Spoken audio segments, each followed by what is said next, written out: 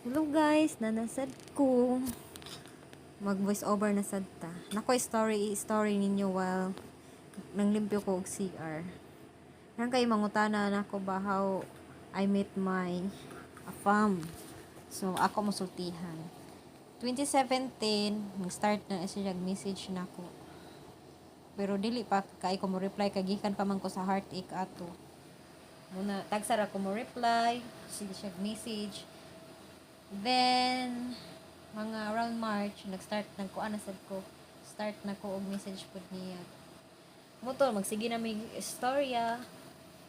Di na may istorya sa among life. Tinalingaw ra sad ko ba.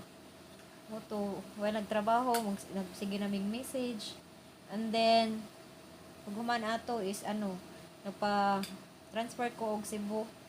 Kay karon ako na mugam sa kong anak ba kay akong anak naman sa Leyte that time. So